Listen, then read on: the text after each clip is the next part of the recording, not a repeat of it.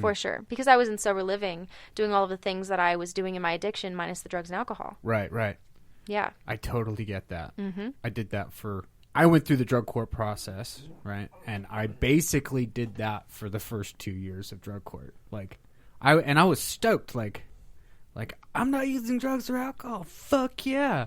But I'm still being a fuckhead, you know? And so it's like kudos to the powers that be that brought a child into your life, you know? And like just any circumstances that align themselves in a way that allows us to continue sobriety is, I think, a pretty awesome thing. You saying, like, being in that dark place, like, I've totally experienced that dark place. Like, it's weird because I would never ever say it's suicidal, but it's suicidal, kind of, you know? Yeah. Like I don't want to kill myself, and I don't want to do it, but if I got hit by a car right now and someone else did it for me, I don't think I'd have a problem with that. Right. Today I don't feel that way, but I do sometimes feel that way. I always talk through it, and I always get through it. But I felt like that in the beginning of my sobriety. Right. And it's because, and Demi Lovato has this quote, and I want to read it. Yeah. It says, one of the hardest things was learning that I was worth recovery.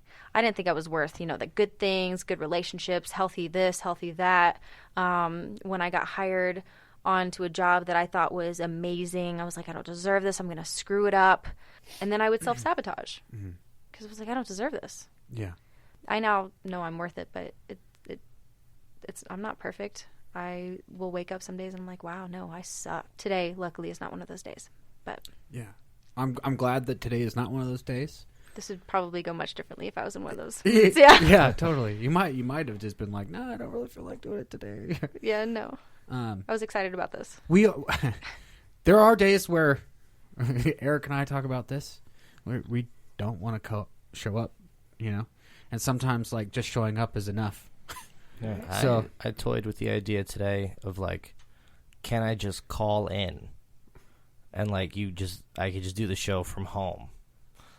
Like I was just like Then I thought, fuck it, get up, take a shower, go do the thing. Here's part of why I think that's cool and shitty at the same time. It's something that we could do if we found ourselves in a situation where that was necessary, right? But also, it could set a bad precedent moving forward. Well, yeah, and that's why I didn't. I'm here. Yeah, and I'm so grateful for that. I feel like in one of those situations, it's like if you say, oh, I'm not going to go to the gym tonight. And then the next year, like, oh, I don't have to go today either. And then you just keep doing that until eventually you never show up again. Yeah, it's really easy. Yeah, it's so easy to hop off of that. Yeah. It's so hard to keep doing the things that you need to do, but it's so important and it's so rewarding. But fuck, it's hard. Yeah. Yeah, absolutely. That's funny story, true story. This is how I feel about like step work. Like I'm doing step work and it starts to like life starts to feel good again and like it's vibrant and like things are making sense and then I'm like, okay, cool, I can stop doing that shit now. Yeah. And then it starts backsliding and you're like, fuck, all right, I gotta start doing the shit that got me to where I want to be. Yep. And then like how do you forget that? Like there's the part in the big book talks about like not being able to bring to the forefront of our minds with sufficient force the pain and suffering from even a week or a month ago. And I'm like, oh, I can't do that for yesterday. Like so, and that's not entirely accurate. There are times where I feel like it's very much so accurate, but I think at the same time it's like sometimes I'm just being lazy and I don't care about the consequences, which I think is a problem. And since I have the awareness of it being a problem, I can work on it. Because you can rationalize everything. Yeah. We're so good at that. Yeah. It's like even if you like say you're on a diet and you notice you've lost 10 pounds, you're like, oh, well then I can definitely go have some ice cream. And it's like, no, that's how you lost the weight in the first place by not, and then next thing you know, you've gained 15. Yep. And you're just surrounded with Twinkie wrappers and have frosting on your face, and you don't know how it happened. I don't think I've ever had a Twinkie.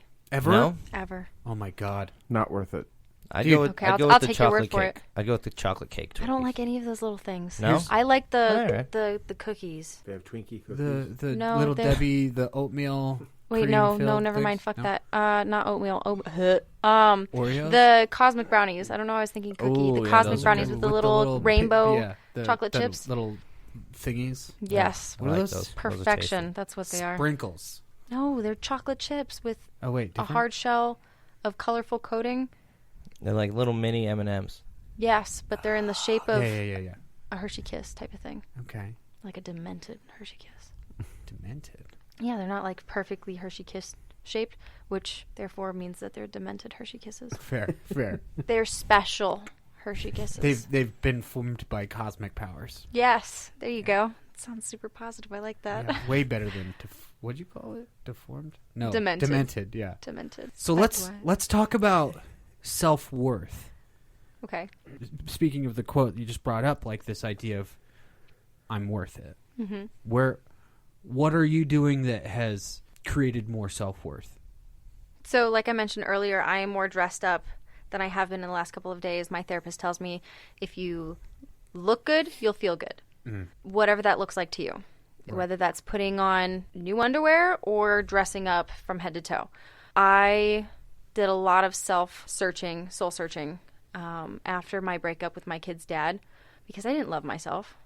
I didn't think I was cool or worth it or good enough for anyone. I could pick out every flaw before I could name 5 things that I loved about myself. Now, after working on myself and then being in a relationship with someone who also encourages me to love myself, I don't rely on his love for me to get me through. Right. I did a lot of work to realize, yes, I made a lot of mistakes in my past. Mistakes that still make me sick to my stomach to this day. I have not treated my body with the respect that it deserves, whether that is self-harm, drinking, drugging, being with men who beat the shit out of me. Like, I know that I have one shot at this life because YOLO is a real thing. You only live once unless you die and people bring you back, but whatever. I realized that this life was given to me. It's a gift. It's beautiful, regardless of the shit that happens in it, regardless of the ups, regardless of the downs, because how are you supposed to go up if there are no downs? How can you appreciate the rainbow without the rain? Exactly. And there's, like you said in the car, there's always room for growth.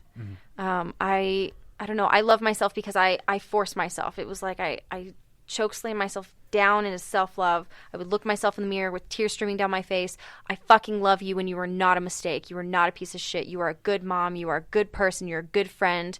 You're going to be a good wife someday. You're going to be good at whatever you go to school for, whatever job you have, whether it's McDonald's or you're the president of the United States. Like, you're going to do a good job because you know you're going to do your best because you love yourself now. I love you. And I would tell myself that I love me. And it was the hardest thing ever. But it was worth it because now I believe it. Because I know, regardless of how other people perceive me, I am comfortable with myself and I love myself. I still have tons of flaws to work on, tons of work to do, but I think I am in a good place. Nice. Yeah. Would you say that prior to getting into recovery, like you were in some way dependent on external validation? Oh, 100%. 110%. I would not wear something unless it was okayed by another human being. And it wasn't just like, yeah, that looks good. You would have to tell me with enthusiasm that I looked good or I would not leave the house. I wore 2 clothes that were way too revealing. I would go shopping every day after work when I was with this one guy. We would always go drinking after work every day. So we lived in this little apartment that was right across the street from this outdoor mall area, and my job was in the mall, so was the drinking place, and so was Hollister, there was Abercrombie and Fitch, there was a whole bunch of different stores, so after work I would spend $200, $300 on a new outfit, and I would not leave. I'd be there for 3 hours trying to find something that would make me feel good because other people on my Snapchat story or whatever it was had to tell me it looked good. Yeah, so I didn't, it was really bad, really codependent. That's a super interesting thing to bring up, like using Snapchat as a means of validation. Social media in general, I guess, right? Like getting these quick shots of dopamine. Yeah, whenever you get a like. Yeah. Or whenever you hit a certain amount of likes. If I get more than 100 likes on Instagram, I'm like, wow, I'm pretty. Yeah. It's like, no, I need to know that regardless of how many likes I get. Right. I have definitely fall prey to the social media trap of I need I'm doing this thing to get this effect, and if I'm not getting that effect, I'm not good enough. Like, I'm over that now. Sometimes it's still disappointing to see, like, because I post, I think, some really good shit. Yeah, I follow you on social media. You post some really good shit that even gets me thinking. Way too early sometimes in the morning, but it gets me thinking. Yes. Like, I used to do it twofold because I'm a little egotistical when it comes to, like, I know that I can articulate things pretty well. So there's the ego part of it, and then the, like, seeking validation. And, like, at some point, probably a little over a year ago, I was just like, what the fuck, bro? Like, who fucking cares? Like, you're doing all this shit, and you're trying to, like, reach out to all these people to see what you're doing, but you don't actually give a fuck about any of their shit. Mm-hmm. And I listened to a podcast, and this dude was like, if you want to have influence, let people influence you. And I was, like, blown away by the simple profoundness of that statement. And it seriously just shifted the way that I interact with people on social media now. Like, I was seeing a girl a few months back that she would say, don't like somebody's post unless you could comment about something that they've posted. Otherwise, like, you're just fucking wasting your time. And I was like, what? Yeah. I'm like, I mean, what they said's fucking good. Like, I'm liking it because I genuinely like it. And she's like, yeah, but, like, just by genuinely liking it and doing that, you could be having a lot more of an impact on their whatever it is that they're doing by stating what you think about what it is they said. Right. And I was like, okay, wow. And so I try to be a little bit more. Sure, but at the same time, like, if I post a thing and I get a bunch of likes, I don't necessarily need somebody to comment on it and be like, oh, yeah, no, I feel the same way. Because if you like it, then I assume that you feel the same way. Right. So I'm different because earlier I posted something pretty cool on my story. I actually want to read it because it kind of relates. It says, you're allowed to have 5 emotional ass minutes in the day and the rest you got to be a gangsta. Word. Yeah, and I had a lot of people comment on it and message me and say, same, or the fire emoji. They're like, I like this a lot. That is good validation. It's not like I'm posting that because I want other people to be like, wow, you're like some crazy cool goddess of wisdom and stuff. But it was nice to know that something that I posted impacted someone's life positively. I would like to think that it was positively because they're like, wow, I should live by that. Didn't I fire emoji that You thing? did. Yeah. Yes, you were. Yeah. So fire. So fire. And you know me, so I think, like, sometimes I even say to myself, like, they know what I mean whenever I send an emoji. You know? Yeah, Which exactly. Maybe, because I literally thought, I was like, that shit's fucking fire. Mm-hmm. Like, that's straight up what I thought. But do you think that people would assume, like, you want to burn them? Like, if they don't know you and you send the fire? Like, I feel like I could be wrong because I'm old and maybe a little out of touch with today's youth. They maybe think that I'm like a wizard or a witch like, or something. if you hit the say fire wizard. thing, it's wizard, like, probably. Good. Warlock? Yeah, warlock, definitely yeah. warlock. Yeah. Some Celtic druid shit. No, Eric, I don't think that anyone has thought that about the emoji, but I would hope. I mean, I don't know. Because those are people you don't want to associate with anyway. In your like generation probably would be more likely, like the 40, 50, 60. Why are they trying to Fire emoji? Was this a typo? Why are they trying to set me on fire?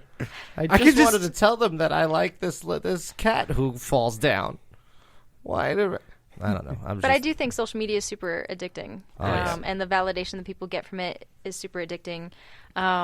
Like when I'm bored at home, I obviously in the past would look for drugs or alcohol if I was bored and I didn't like being alone with myself. There are times where I don't like being alone with myself to this day. Mm-hmm. So I will immediately open up my apps and scroll until I reach yesterday's stuff that I've already seen. Yeah. That's a lot of scrolling. Yeah. And I don't ever get anything from it. Of course, maybe I'll laugh. I'll see like a cool cat picture, or I'll see something inspirational that you post, Dwayne. But in the end, I don't ever get something out of it. Like if I were to go to a meeting, or if I were to journal about something that's bothering me, something like that. I don't get anything out of it. The thing that you do, okay, I can't tell you what you get or what you don't get. What I get is like being removed from the moment. Like An escape. Yeah, and to be fair, that's what I'm looking for. To be fair. To be fair, no, that's literally what I'm looking for, though. You know,